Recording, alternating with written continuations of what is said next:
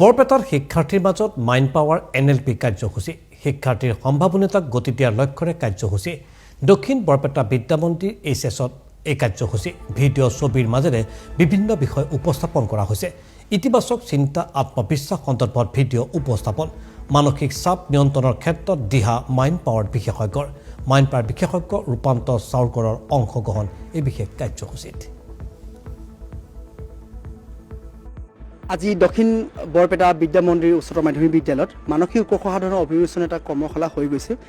বিশেষকৈ mind power NLP অনুষ্ঠান বুলি কয় উক্ত অনুষ্ঠানৰ যোগেদি বিশেষকৈ বিদ্যালয়খনৰ সন্মানীয় আমাৰ প্ৰধান শিক্ষকৰ লগতে ছাত্ৰ ছাত্ৰী আৰু অভিভাৱিকাৰ প্ৰতিজন শিক্ষাগুৰুসকলৰ পৰা যিটো সঁহাৰি পালোঁ সঁচাকৈয়ে বহুত আদৰণীয় পদক্ষেপ তেওঁলোকে লৈছে আৰু বিশেষকৈ ছাত্ৰ ছাত্ৰীসকলৰ উদ্দেশ্যে আমি আজি অনুষ্ঠানটো বিশেষকৈ যে মাক দেউতাকৰ কথা শুনিব লাগিব শিক্ষয়িত্ৰীৰ কথা তেওঁলোকে ভালকৈ